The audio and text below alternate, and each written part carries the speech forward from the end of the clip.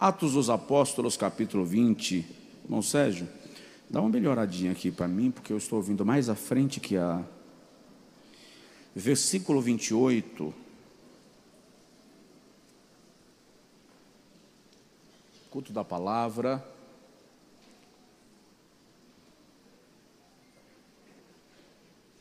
Olhai por vós mesmos e por todo o rebanho sobre o qual Deus vos constituiu bispos ou pastores, para apacentardes a igreja de Deus, que Ele resgatou com o seu próprio sangue. Porque eu sei isto, que depois da minha partida entrarão no meio de vós lobos cruéis, que não pouparão o rebanho,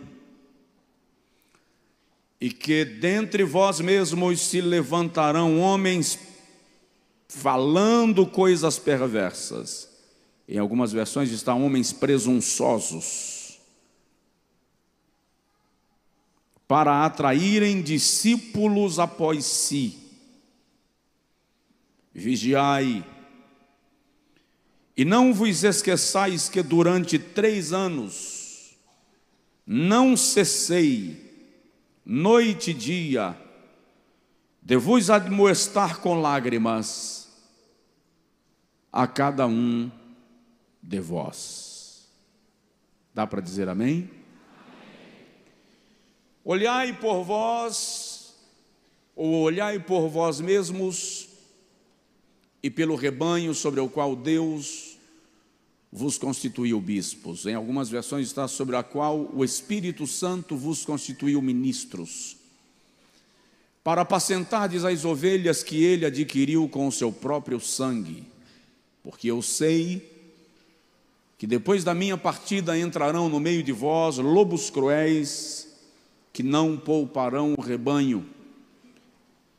E dentre vós mesmos se levantarão homens presunçosos, homens perversos, querendo atrair discípulos após si.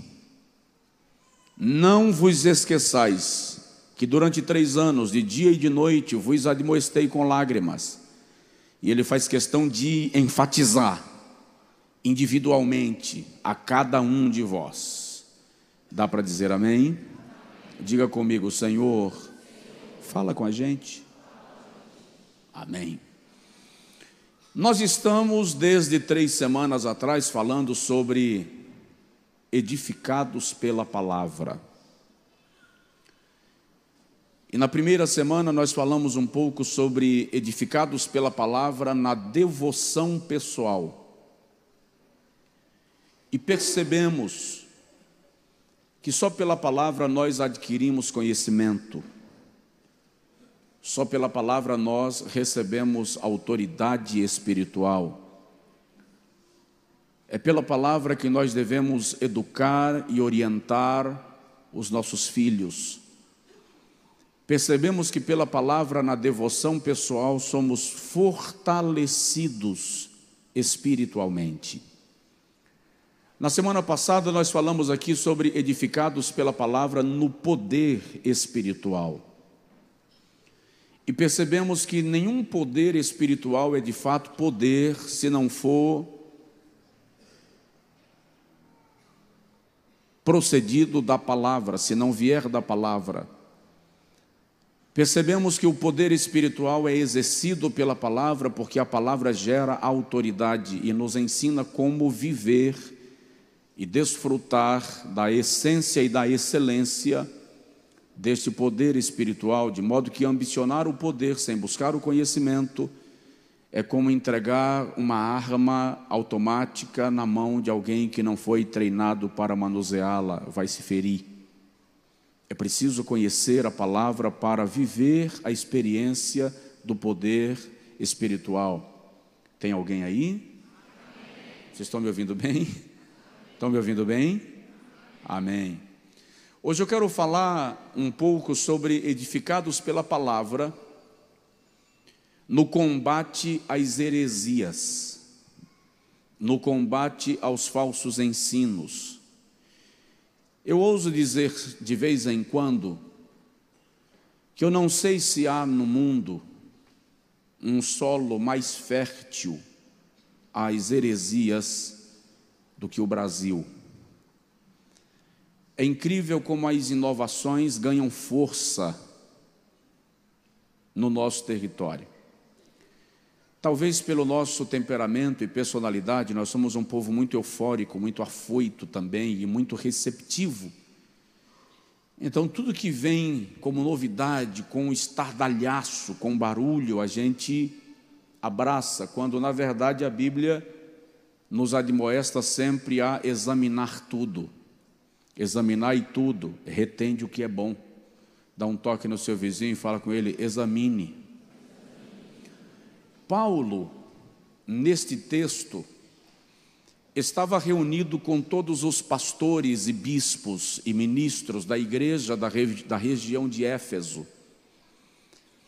Ele estava na iminência da sua terceira viagem missionária, que alguns historiadores defendem que teria sido a última viagem missionária de Paulo.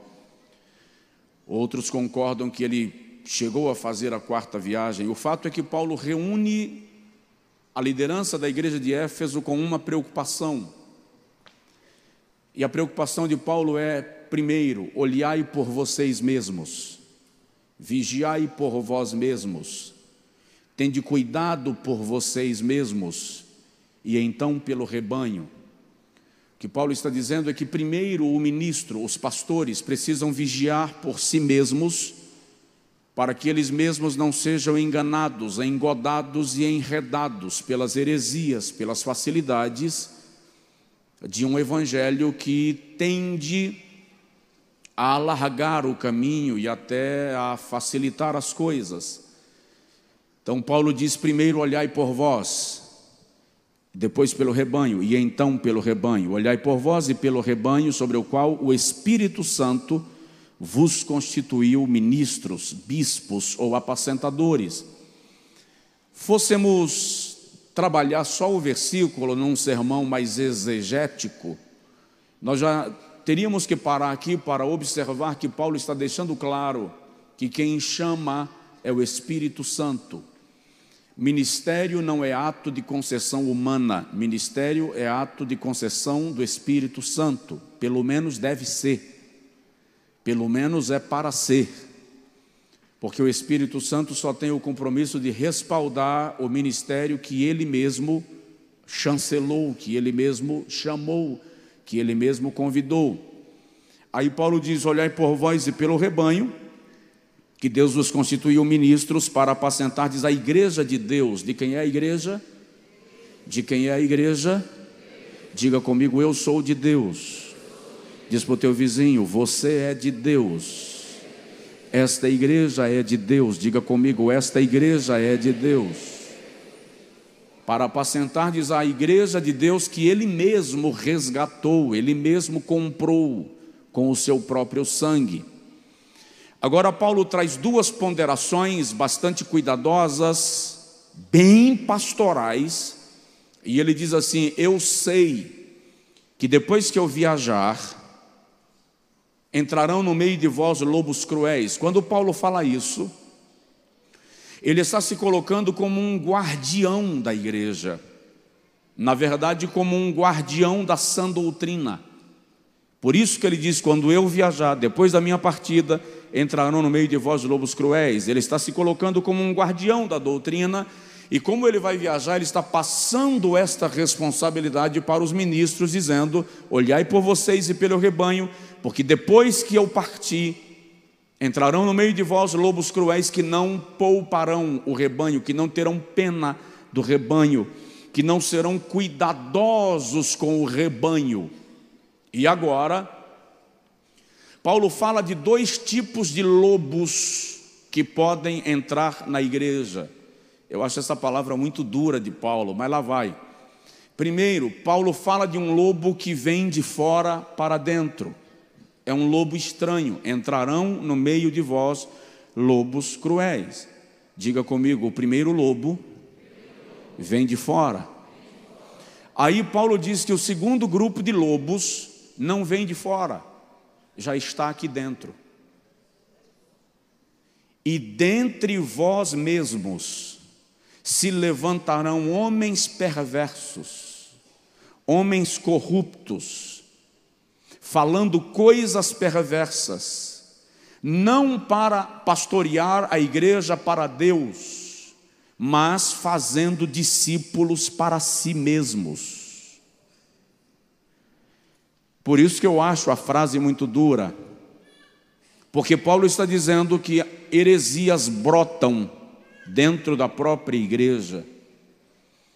E é interessante observar que o lobo que vem de fora é fácil perceber, porque ele é estranho, ele não fala a nossa língua, ele não se parece com a gente. Mas o lobo que já está aqui dentro é nosso, já é familiar, fala como a gente fala, conhece os nossos hábitos. De modo que eu ouso dizer que o lobo de fora é menos perigoso do que o lobo de dentro. É por isso que por 2 vezes Paulo diz, vigiai, no versículo 28, e lá no último versículo 31, o último que nós lemos, ele diz, vigiai. Dá um toque aí no seu vizinho e diz para ele, vigiai. Isso é muito importante. Agora, vamos entender o que Paulo está querendo falar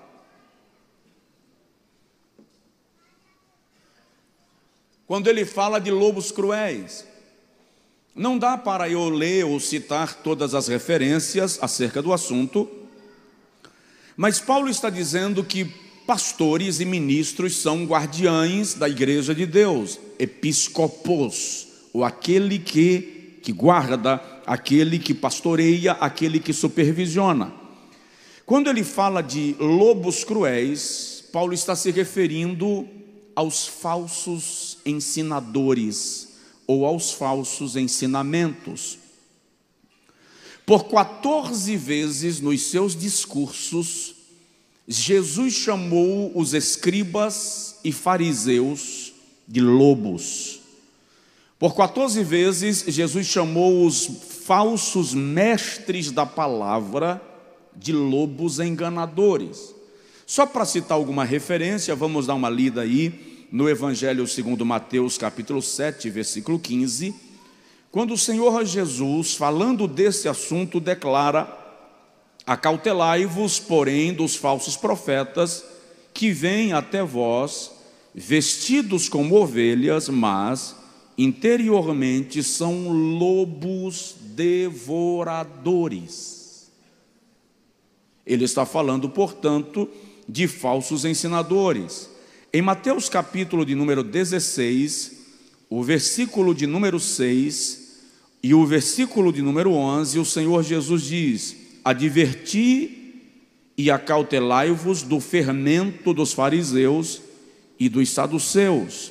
Aí no versículo 11 ele diz: como não compreendestes que não vos falei a respeito do pão, mas que vos guardasseis do fermento dos fariseus e dos saduceus. Aqui Jesus está dando uma orientação aos discípulos, e ele começa a usar uma figura de linguagem, falando do ensinamento dos fariseus e dos saduceus como fermento, e os discípulos pensaram que Jesus estava dando neles uma bronca, uma repreensão discreta. E eles dizem uns aos outros assim: deve ser porque a gente não trouxe pão. Aí Jesus diz: como é que vocês não entendem que eu não estou falando de pão? Porque eu não preciso reclamar de pão, porque eu já multipliquei pães e peixes para vocês 2 vezes. Então pão não me faz falta. Eu estou ensinando a vocês sobre a doutrina e os ensinamentos dos escribas e dos fariseus. E aí Jesus está chamando de fermento para dizer que um pouco daquela falsa doutrina dos fariseus e dos saduceus era capaz de comprometer todo o ensinamento do Evangelho.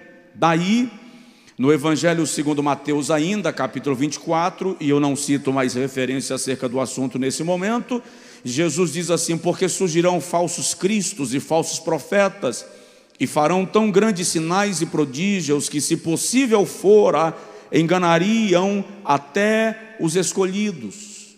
Então, ele está dizendo: cuidado com os falsos ensinos, cuidado com os falsos lobos. É muito perigoso você estar ouvindo uma orientação doutrinária sem saber qual o raciocínio, qual a defesa que aquele doutrinador está fazendo do Evangelho, para você não comer comida ruim como se fosse saudável. Eu lembro, eu estava uma certa feita num congresso, não lembro se foi no interior de Pernambuco ou do Rio Grande do Norte, e trouxeram uma travessa de salada muito grande. E como eu gosto muito de salada, eu fui para a travessa de salada, mas eu fui bem discreto, afinal de contas tinha uma fila atrás de mim. Então eu peguei um pouquinho da salada e coloquei lá, mas o irmão que veio depois de mim não usou de tanta discrição, e ele quase divide a travessa de salada só para ele, pegou toda, quase toda, e foi para a mesa, porque eu gosto de salada, e papapá. Irmão, na terceira vez que ele levou o garfo à boca, as lágrimas gotejavam. Alguém resolveu fazer uma pegadinha, e era molho de pimenta. Ou seja, quando você come sem saber o que está comendo, você corre o risco de cair numa pegadinha. Dá um toque no teu vizinho e diz para ele: cuidado com o que você come. Cuidado com o que você come. Então Jesus está se referindo aos falsos ensinadores como lobos, e Paulo se refere a eles como lobos cruéis. Em Ezequiel capítulo 34, o Senhor reclama dos líderes de Israel, e ele diz que os líderes de Israel são pastores que estavam esfolando as ovelhas e apacentando-se apenas a si mesmos e apacentando para o seu próprio estômago. De modo que o Senhor diz assim: eu sou contra os pastores de Israel, porque não apacentam as minhas ovelhas, de modo que eu mesmo virei e apacentarei as minhas ovelhas. Com esta colocação de Deus, ele estava falando da dispensação da igreja, quando ele viria para apacentar a igreja por meio de homens que deveriam e que devem ser cheios do Espírito Santo e guiados pelo Espírito Santo. Então Paulo está falando desse perigo. Depois Paulo diz que tem um tipo de lobo que já mora com a gente, já está dentro de casa, já se familiarizou. Dentre vós mesmos se levantarão homens presunçosos, querendo atrair discípulos após si. Primeira carta de Paulo a Timóteo, capítulo 1, versículo de número 6 e versículo de número 7, Paulo diz assim: do que, desviando-se alguns, se entregaram a vãs contendas, querendo ser doutores da lei, e não entendendo nem o que dizem, nem o que afirmam. Aqui Paulo está falando de gente que era conturbadora da igreja, que gostava de polemizar as coisas, e que nem sabiam do que estavam falando, mas se sentiam na condição de se colocarem como mestres da igreja, conduzindo a igreja por um caminho duvidoso, de doutrina duvidosa. Ainda escrevendo a Timóteo na segunda carta, e essa aqui ele bate com força, capítulo 4, versículo 1, até o versículo 4, ele diz assim: conjuro-te, pois, diante de Deus e do Senhor Jesus Cristo, que há de julgar os vivos e os mortos na sua vinda e no seu reino, que pregues a palavra. Que pregues o quê? Que pregues o quê? Vou repetir: que pregues o quê? Pregues a palavra. Dá um toque no vizinho, fala com ele: a palavra. E Paulo diz assim: instes em tempo e fora de tempo, redarguas, repreendas, exortes com toda longanimidade e doutrina. Ou seja, faz tudo isso com paciência e com doutrina. Aí no versículo 3 ele diz: porque virá tempo que não suportarão a sã doutrina, mas, tendo comichão nos ouvidos, amontoarão para si doutores conforme as suas próprias concupiscências. Ou seja, preferirão ouvir ensinadores que concordem com as suas concupiscências. E no versículo 4 ele diz: e desviarão os ouvidos da verdade, voltando às fábulas. Estamos num tempo, estamos numa época em que a igreja, lamentavelmente, tem uma certa facilidade de ouvir, de aplaudir fantasias, heresias, invencionices. Mas quando a questão é a palavra de Deus, o número daqueles que estão dispostos a ouvi-la e recebê-la é reduzido. Mas Paulo diz: pregues a palavra. Na terceira epístola de João, versículo de número 9, João diz assim: tenho escrito à igreja, mas Diótrefes, que procura ter entre eles o comando, o primado, não nos recebe. Aqui Paulo está falando de alguém que havia, Paulo não, João, de alguém que havia na igreja e que queria o comando a qualquer custo, e por isso não permitia que João ensinasse à igreja a palavra. É aquilo que Paulo chama de homens perversos, que se levantam no meio do povo de Deus para fazer discípulos, não para Deus, mas para si. Ou seja, querem cativos da sua própria filosofia, cativos da sua própria pregação. E a igreja precisa ser edificada na palavra para combater as heresias deste tempo. É óbvio, eu sei que o que eu estou falando não é tão empolgante, e eu sei que o que eu estou falando pode até beliscar algumas convicções, mas presta atenção numa coisa: no céu não entra com ingresso, no céu não entra com arranjo.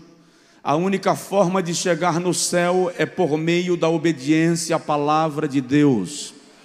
Estou num tempo, eu disse aqui outro dia numa escola dominical, que nós estamos no tempo mais perigoso da história, porque já tentaram destruir a Bíblia e não conseguiram. Já tentaram torná-la desacreditada por meio de pesquisas e não conseguiram.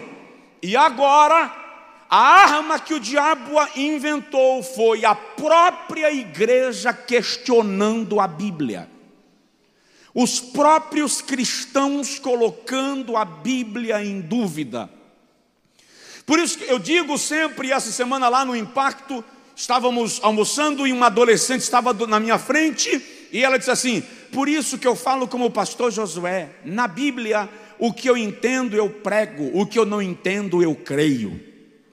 E eu gostei de ouvir sair da boca dela, porque significa que ela arquivou a informação. Então eu vou repetir: na Bíblia o que eu entendo eu prego, o que eu não entendo eu creio, porque eu creio nela como a palavra de Deus, inegociável, poderosa, viva e eficaz, mais penetrante do que uma espada de dois gumes. É a palavra de Deus. Vamos lá. Vamos observar um pouco no culto desta noite como conhecer os falsos ensinadores. Como identificar os falsos mestres desse evangelho de banana?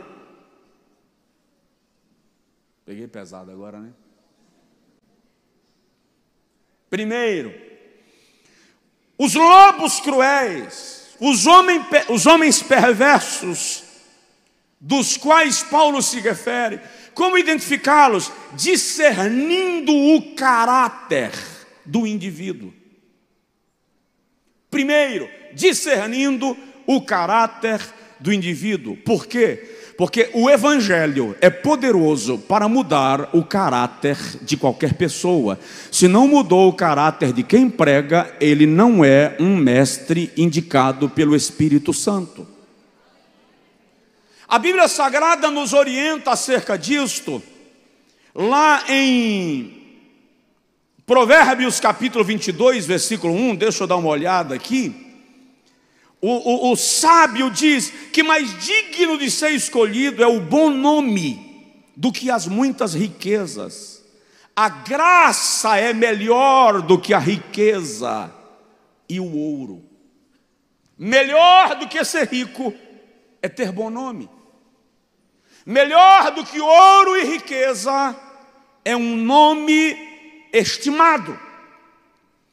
Em Provérbios 1:23 ele diz assim: convertei-vos pela minha repreensão, e eu derramarei sobre vós o meu espírito. Ou seja, aquele que ensina o Evangelho precisa ter sido convertido pelo Evangelho.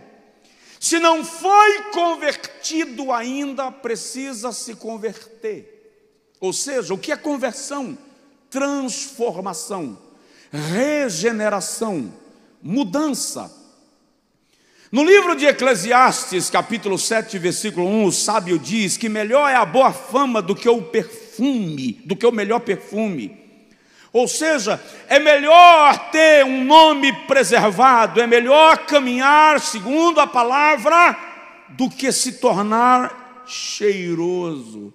Ou seja, eu falei aqui essa semana, tem gente que quando você olha, parece que o anjo desceu e desenhou com um pincel especial. A beleza veio e vestiu a figura. Quando abre a boca, um sepulcro foi descoberto. Fala bobagem o tempo inteiro. Lamentações capítulo 5, versículo 21. O profeta Jeremias está cantando um cântico de lamento, e ele diz assim: converte-nos a ti, Senhor, e seremos convertidos. Coloca assim a mão no peito, por favor. Diga comigo: Senhor, me converte. Aleluia. Quando minha mãe dizia assim: vai se converter, menino, aquilo era um xingamento para mim. Eu era adolescente, jovem, e minha mãe tinha uma mania de tudo que eu fazia, ela mandava me converter. Eu ficava muito chateado com aquilo. Mas depois eu comecei a perceber que conversão é uma experiência contínua. Dá um toque assim no vizinho, fala com ele: você não é obra terminada. Nós não somos obra terminadas. Então nós precisamos todo dia experimentar um processo de transformação. Quer conhecer um mestre, falso ou não? Discirna o caráter do indivíduo. Olha Mateus capítulo 7, versículo 16, como Jesus pega pesado aqui. Pelos frutos os conhecereis. Porventura colhem-se uvas de espinheiros? Ou colhem-se figos de abrolhos? Assim, toda árvore boa produz bons frutos, e toda árvore má produz frutos maus. Não pode a árvore boa dar maus frutos, nem a árvore má dar maus frutos, ou frutos bons. Toda árvore que não dá bom fruto, corta-se e lança-se no fogo. Portanto, pelos frutos os conhecereis. Aí Jesus aqui estreita demais. Eu sinceramente, tem momentos que se ele aceitasse minha opinião, eu diria assim: o senhor não precisava ter dito isso. Mas olha o que ele diz aqui no versículo 21. Nem todo aquele que me diz Senhor, Senhor, entrará no meu reino, mas aquele que faz a vontade do meu Pai que está nos céus.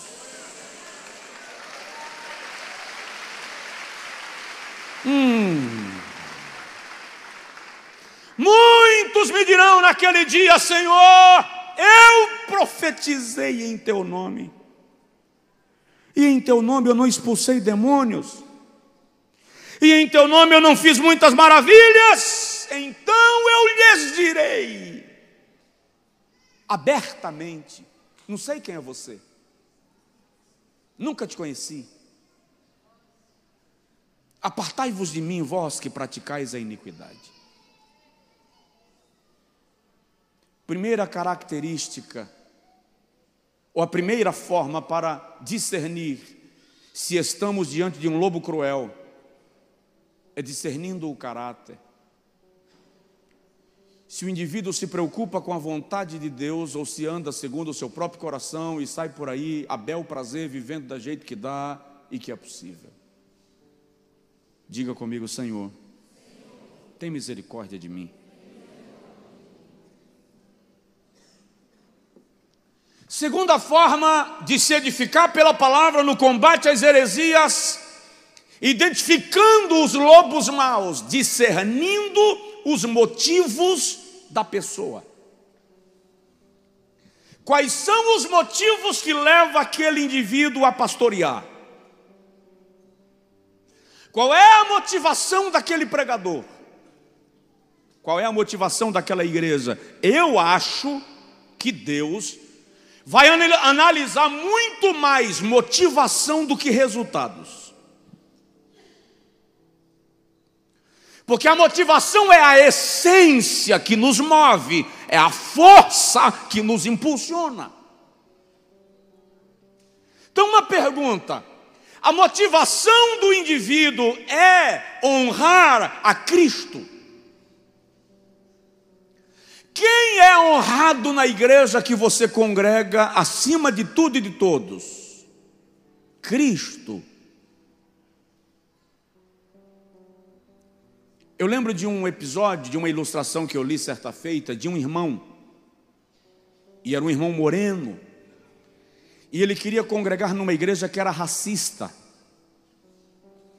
E diz que ele foi conversar com o pastor da igreja para congregar lá, e o pastor falou assim: eu acho melhor você desistir, que a minha igreja não admite membros, pessoas da sua cor congregando aqui. Outros já tentaram e não conseguiram. O irmão falou: eu vou orar e vou conseguir congregar aqui. O pastor disse: então ora. 15 dias de oração, o irmão voltou e disse: pastor, orei. Se aí, Deus falou comigo. Falou o quê? Falou para eu desistir. Aí o pastor disse: está vendo? Até Deus reconhece a dificuldade. O irmão falou: mas Deus me falou outra coisa. Falou o quê? Mandou eu desistir e me disse que até ele tentou congregar na sua igreja e não conseguiu.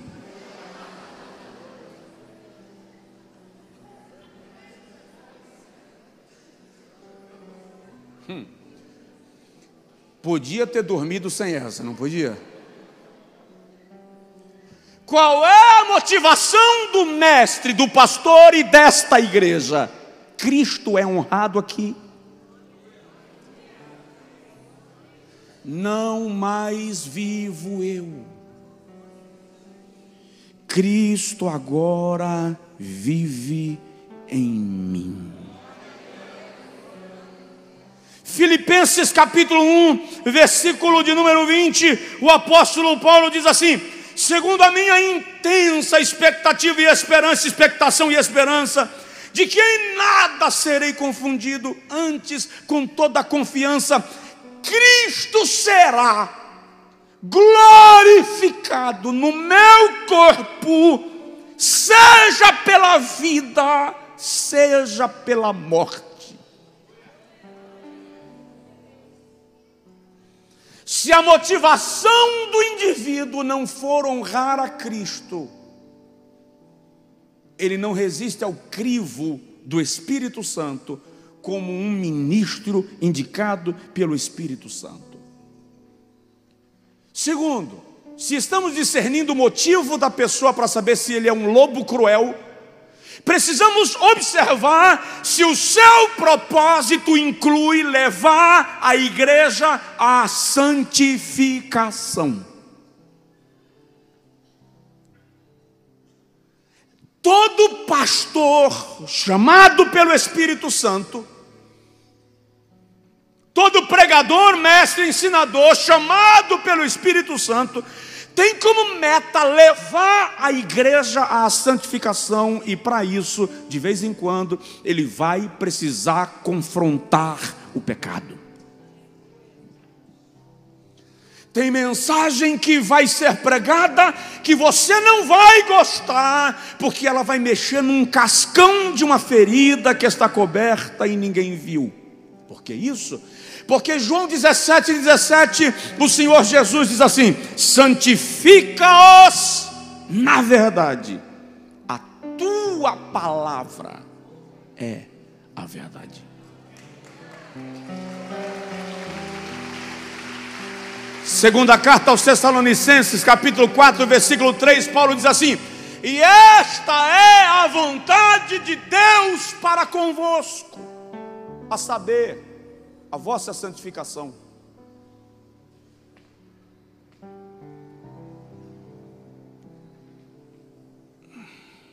Um apacentador, um ministro do Evangelho chamado pelo Espírito Santo, não vai deixar a igreja aberta para o diabo sentar e reinar, e o mundo entrar nela e fazer casa, e de você não saber discernir entre a igreja e o mundo.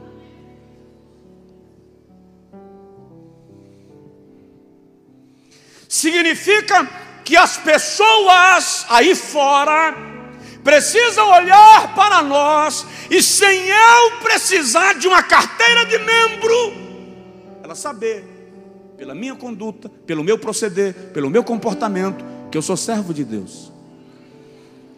Olhe nos meus olhos, olhe para cá. Isso acontece com a gente.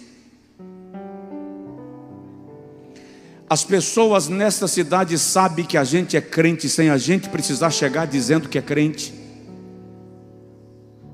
porque a nossa maneira de entrar, de descer do carro, de entrar no carro, de comprar, de pagar, de acertar as coisas, de negociar, faz lembrar Jesus.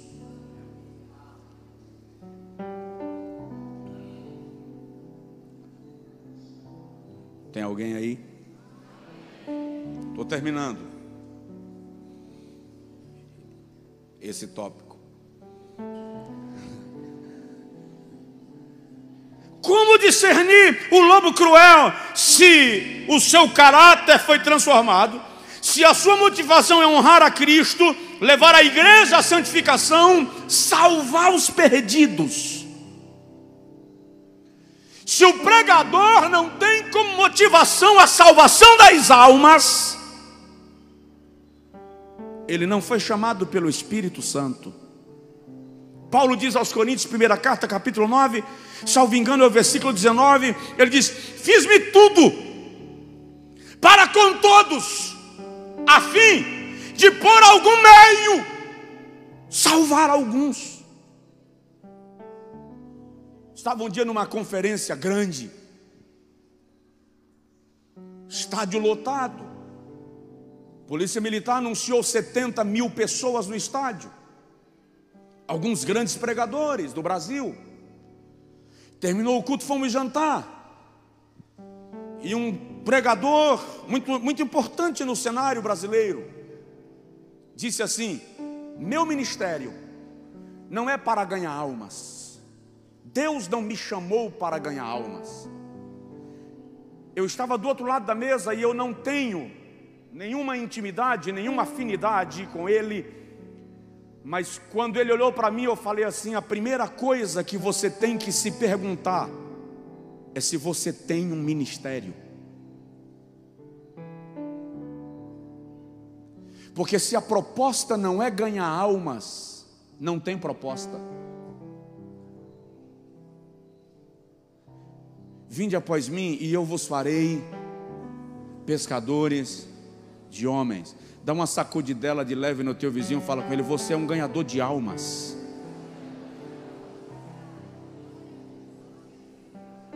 Se o propósito não é ganhar almas, é lobo cruel. O propósito tem que ser também defender o Evangelho de Cristo,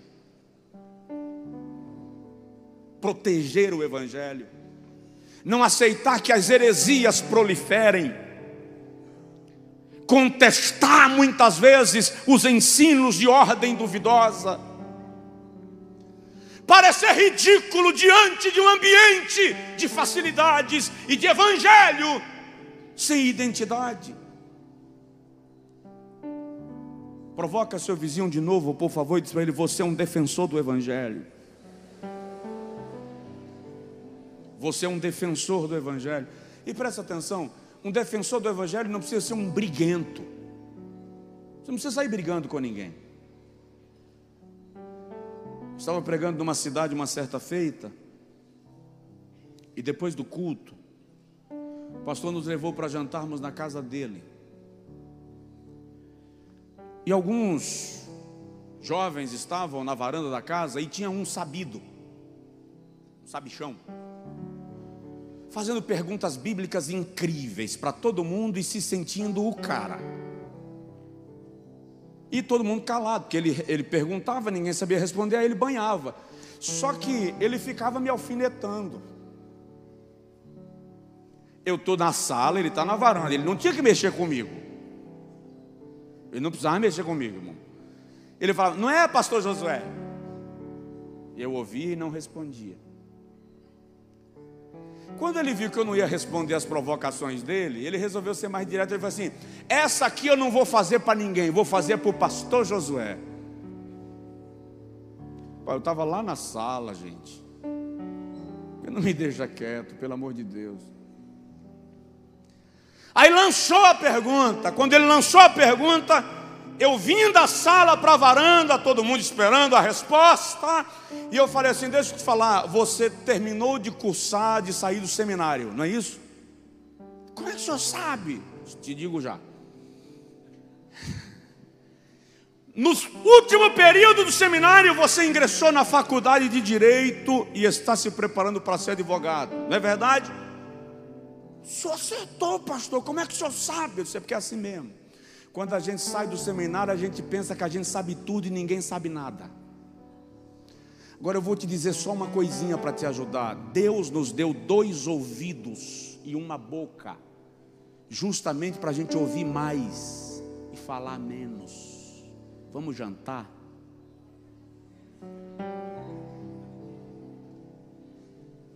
Uma das coisas que o evangelho causa em nós é descascar a vaidade. O evangelho não te dá a ousadia de você se sentir além daquilo que você realmente é. Quando você encontrar um indivíduo vaidoso, jactancioso, orgulhoso, olhando para os outros de cima para baixo, ele ainda não experimentou o poder do evangelho na sua natureza.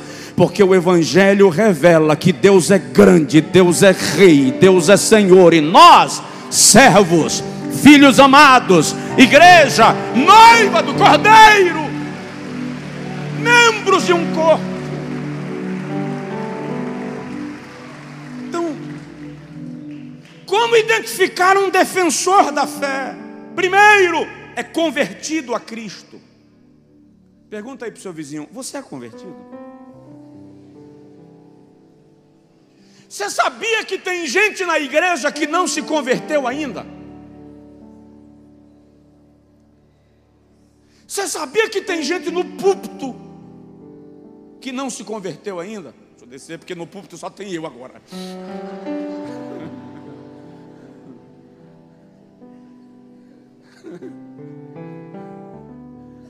Capítulo 1 de Jó.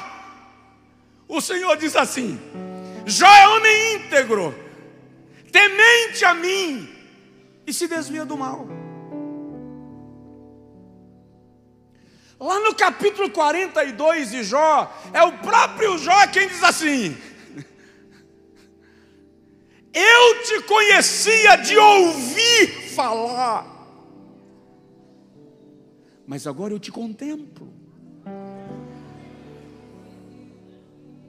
Quantas vezes nós fazemos de Deus o nosso ídolo, da igreja a nossa religião, do evangelho o nosso dogma, mas a gente não muda. Os discípulos estavam andando com Jesus já há alguns anos, E quando Jesus está no barco e diz assim: vento, aquieta-te, mar, acalma-te, e tudo se fez bonança, eles olham uns para os outros e fazem assim: quem é esse camarada? Quem é ele? Andavam com Jesus e não sabia quem ele era. Eu desenvolvi um hábito, é meu, é pessoal. Quando eu entro no avião, num ônibus, sento na igreja, onde for, eu olho no rosto de quem está do meu lado, identifico o rosto, e se eu tiver a oportunidade, eu pergunto o nome. Estou querendo fazer amizade? Não necessariamente, mas às vezes eu tenho a sensação que quem está sentado do meu lado é um agente do céu, e eu sequer prestei atenção nele, e pode ser que ele tenha vindo simplesmente para me liberar uma palavra de bênção. Você precisa saber quem é Jesus, para você não ficar na igreja a vida inteira e não o experimentou, não o sentiu. Pessoas que desviam da igreja pelo simples fato de que se decepcionaram, alguém lhe tratou mal, porque houve um escândalo, porque flagrou que o pastor daquela igreja cometeu um delito, não quero mais ser crente, estou decepcionado. Isso é porque você não conhece a Deus ainda.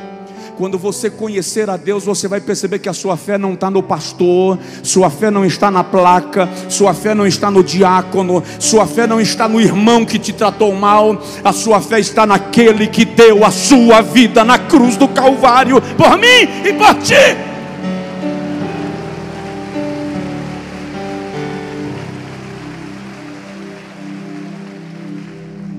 Então um defensor do evangelho é convertido. Segundo, um defensor do evangelho tem testemunho de vida.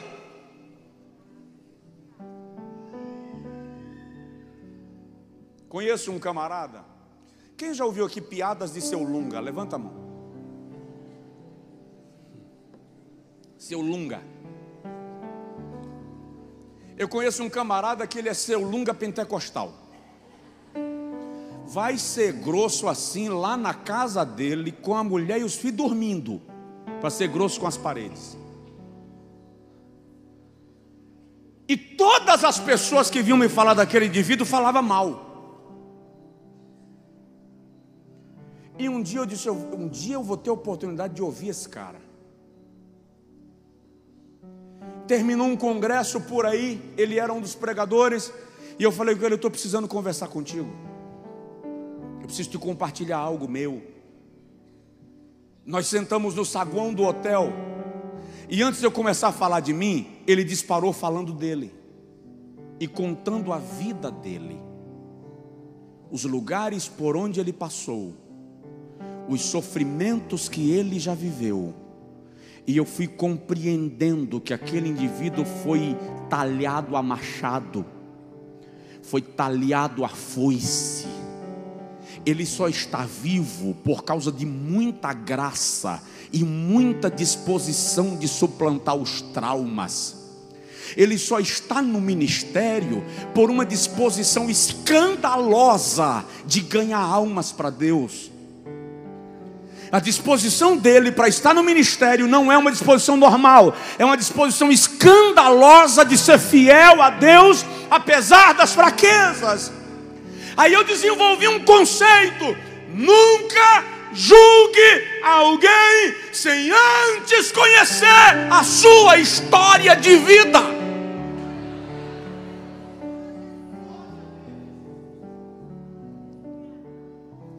Conheça os caminhos por onde ele passou.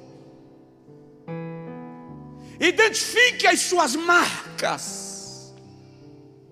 Porque muitas vezes são pessoas cicatrizadas, machucadas pela vida. Aí você diz assim: não sei como Deus usa fulano. Sabe não?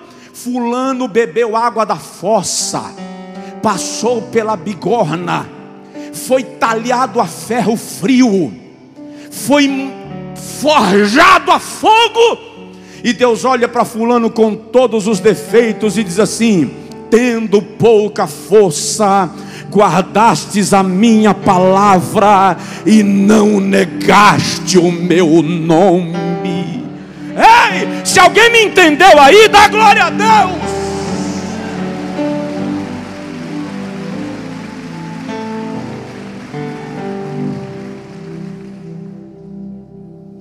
Você não sabe quantas vezes ele teve que levantar para estar em pé. Então, o indivíduo que é defensor do Evangelho tem testemunho de vida, tem testemunho pessoal. Pedro chama isso em Atos 6,3 de boa reputação. Paulo chama isso em Colossenses 4 de bom testemunho dos que estão de fora.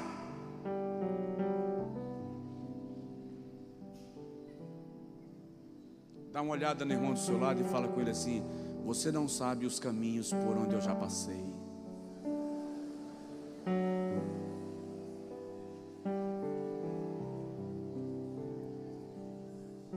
Ei, essa pessoa que está sentada do seu lado pode ser uma pessoa marcada pela vida.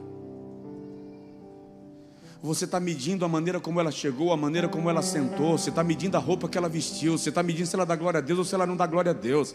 Você está medindo se ela faz cara feia ou não. Você está medindo a história que você conhece. Você não conhece a história das Campinas.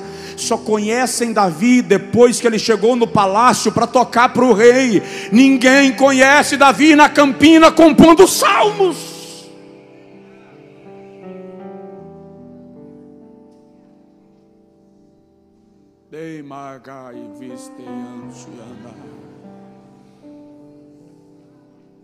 Como conhecer um defensor da fé? Ele é conhecedor das Escrituras.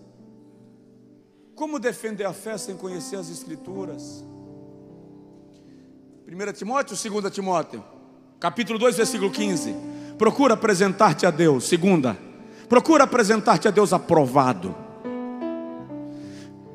como obreiro que não tem de que se envergonhar, que maneja bem a palavra da verdade. Primeira carta de Paulo a Timóteo 3:14 a 17, ele diz assim: e que desde a infância sabes as sagradas letras que podem fazer-te sábio e entendido.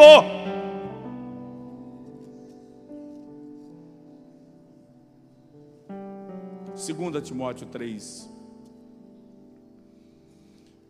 Toda a Escritura é divinamente inspirada e proveitosa para ensinar, para redarguir e para corrigir em justiça, a fim de que o homem de Deus seja perfeitamente preparado para toda boa obra. Um defensor da fé precisa conhecer a palavra de Deus. Um defensor da fé precisa conhecer o Evangelho que prega. Vou fazer uma pergunta básica: você estuda a Bíblia? Você vem na escola bíblica dominical? Você vem no culto de doutrina? Você aceita passar pelo discipulado? Eu acho engraçado quando tem pessoas que dizem assim: mas eu já estudei essa lição. Eu acho engraçado isso. A Bíblia você vai ler 1000 vezes e você sempre vai descobrir que você não sabia nada sobre ela. Conhecedor das Escrituras, um defensor da fé, além de conhecer as Escrituras, é íntegro no uso do dinheiro.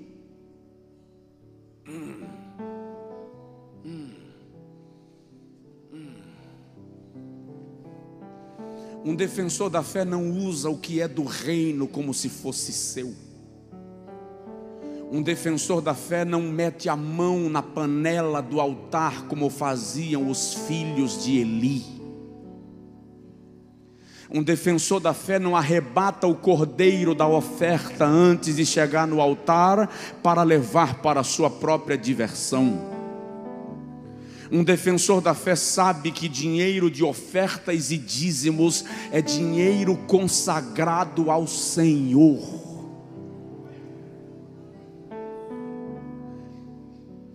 Quando eu ia reclamar do café com farinha, da conga, da calça de tergal, quando eu ia reclamar da comida ruim, a minha mãe sempre dizia: não reclama, este dinheiro é consagrado. Este dinheiro é consagrado. Como é que você lida com o seu dinheiro? Como é que você lida com o dinheiro da sua oferta? Como é que você lida com o dinheiro do seu dízimo? Como é que o pastor desta igreja lida com o dinheiro das ofertas e dos dízimos que aqui são depositados como adoração a Deus? E aí, no tocante a isso, honra e glória a Jesus, porque minha alma tem paz para pregar sobre o assunto aqui na China e para me apresentar diante de Deus com a alma tranquila, porque temos conduzido esta obra com lisura, com responsabilidade, consciência que um dia teremos que comparecer diante de Deus para prestar contas. Provoca o vizinho, fala com ele: você é um defensor da fé. Eu concluo.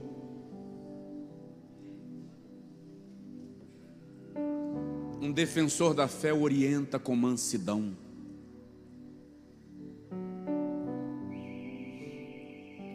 Tinha um irmão numa das igrejas que meu pai pastoreou, que ele era muito chato.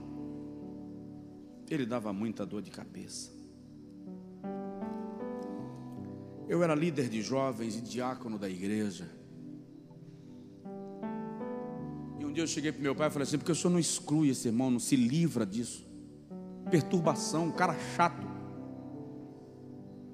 Meu pai chegou para mim e fez assim: no dia que você estiver no meu lugar, você vai entender. Um dia desse, Johnny chegou para mim e fez assim: não sei como o senhor aguenta isso. Se eu estivesse no seu lugar, eu falei com ele: no dia que você estiver no meu lugar, você vai entender.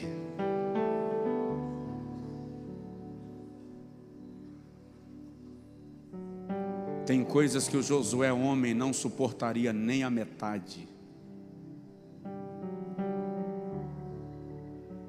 Eu me conheço. Eu sei a fera domada dentro de mim. Mas quando a fera quer rosnar, o domador diz assim: calma. Mansidão. Olha o que Gálatas capítulo 6 versículo 1 diz acerca disso: irmãos, se alguém for surpreendido em algum pecado, vós que sois espirituais, encaminhai, cuidai, zelai do tal com espírito de mansidão. Ei, não se trata um guerreiro ferido com violência. Não se trata um irmão que pecou com grosseria. Não se pega um doente da maca e joga na cama. Tem que cuidar com zelo.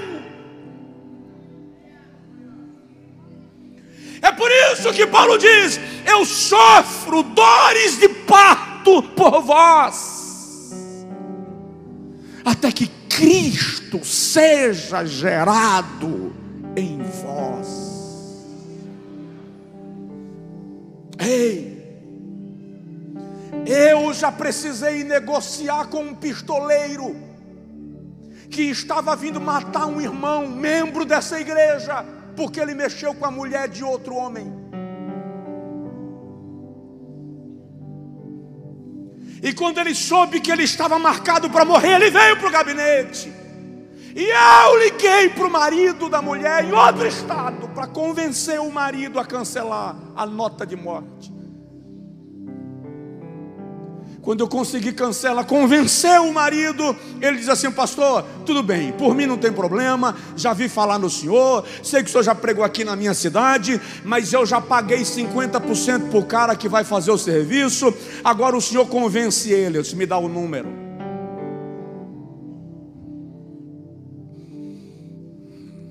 Liguei para o cara me atendeu, me apresentei, a situação é essa, eu sei que você está vindo para executar, já estou arrumando as coisas.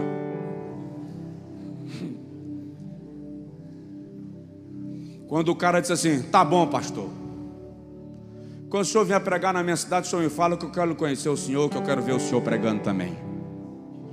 Conheci, fui pregar lá, conheci.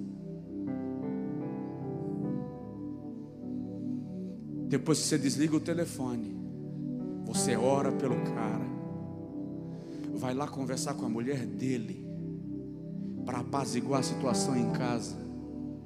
E o filho dele, que não falava mais com ele, não pedia a bênção, não respeitava ele, você vai sentar com esse menino para mostrar para esse menino que ele é pai, que ele precisa ser honrado como pai, apesar de ter desobedecido como marido, como homem de Deus. E tudo isso tem que ser feito pacientemente, diligentemente, com mansidão, aquela mansidão que dá vontade de... mas manso. Para de tratar o ferido com a tua religiosidade. Ei, quem está ferido precisa de carona, precisa de ombro, precisa de ajuda. Quem está doente precisa de remédio.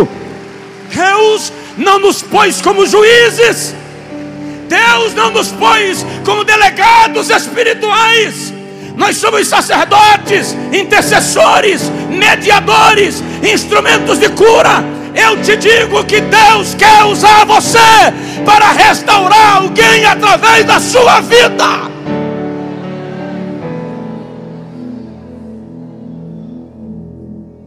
Não se pisa quem já está arrebentado. Mansidão. Fique em pé, por favor.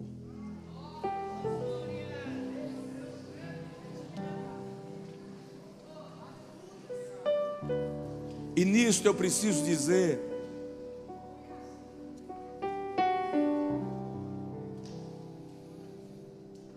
antes, santificai a Cristo como Senhor em vossos corações,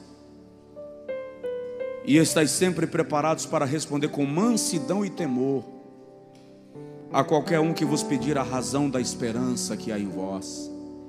1 de Pedro 3,15.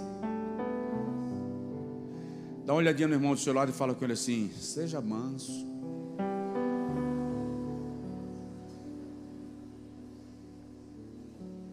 Olhe nos meus olhos. Não confunde mansidão com covardia não, tá? Confunde não, que pode dar errado. Moisés era manso, o mais manso da terra. Mas o egípcio foi se meter a besta e... Jesus era manso. Aprendei de mim que sou manso. Tão manso que foi para a cruz. Mas no dia que Herodes mandou dizer para ele: você tem 3 dias para ir embora, ele disse assim: diz aquela raposa velha que eu fico aqui hoje, amanhã, e no 3º dia serei crucificado. A mansidão de Jesus não fez ele ter medo de Herodes. Jesus era manso. Aprendei de mim que sou manso. Mas um dia entrou lá no templo com os caras bagunçando a casa do pai e fez vou nem contar nenhum testemunho dessa mansidão para vocês, nenhum testemunho meu, porque senão você pode... Só ora e diz assim: Jesus, continua trabalhando no meu pastor. Seja manso. Responda com brandura. E eu concluo dizendo que um defensor da fé precisa ser apaixonado pelas vidas que Deus coloca diante dele. Amar você, para mim, é uma missão.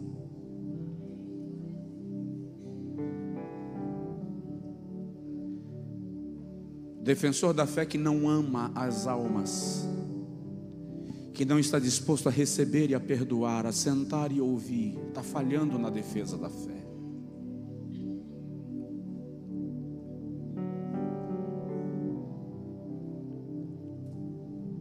É preciso amar a pessoa do seu lado, é preciso amar aquele irmão que falhou.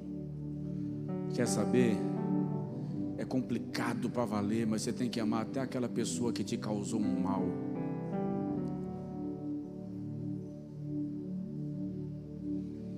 Você está com vontade de retribuir, e Deus está dizendo assim: ama, ama.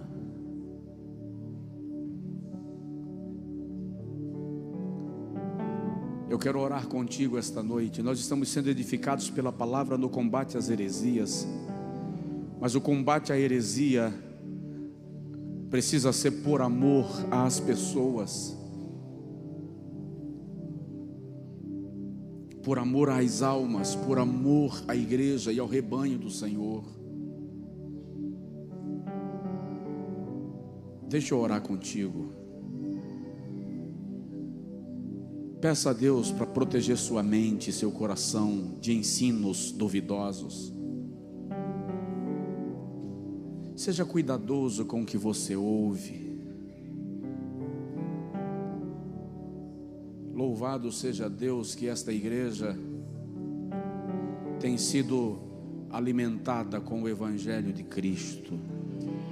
Não apenas por este pastor que a pastoreia, mas por aqueles a quem é confiado o púlpito para transmitir a palavra.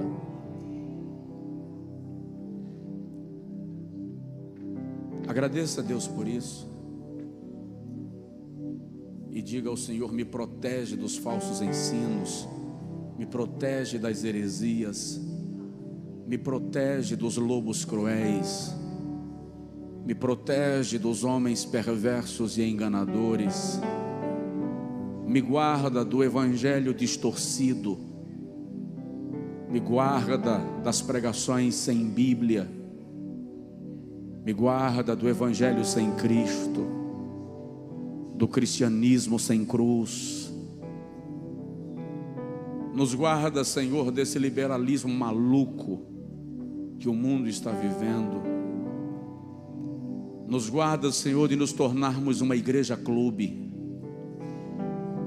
Guarda-nos, Senhor, para que não nos tornemos uma igreja boate.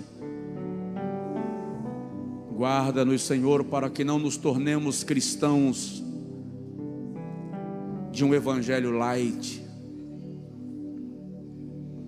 Guarda-nos, Senhor, para que a gente não comece a brincar com a própria salvação que foi adquirida na cruz. Guarda-nos, Senhor, para que em nome das nossas convicções não atropelemos os teus princípios. Guarda-nos, Senhor, para que em nome das nossas conveniências não ignoremos a tua vontade. Guarda-nos, Senhor, para que em nome da religião não nos tornemos juízes daqueles que falham e que tropeçam.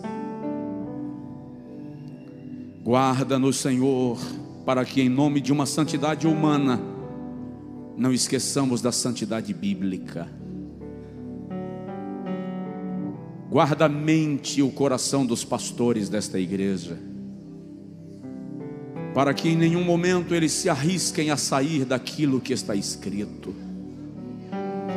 Guarda-nos, Senhor, de entregarmos os púlpitos para aqueles que não são comprometidos com o Evangelho, os paroleiros de plantão, aqueles que buscam popularidade e não a santificação da tua igreja, porque esta igreja é uma vinha, esta igreja é uma vinha, e esta vinha é do Senhor, e só pode cuidar da vinha quem é da família de Deus. Eu quero pedir agora, Senhor, envolve o teu povo em comunhão, em graça, em alegria no Espírito, tranquilidade no Senhor. Acende em nós a chama da tua presença, em nome de Jesus.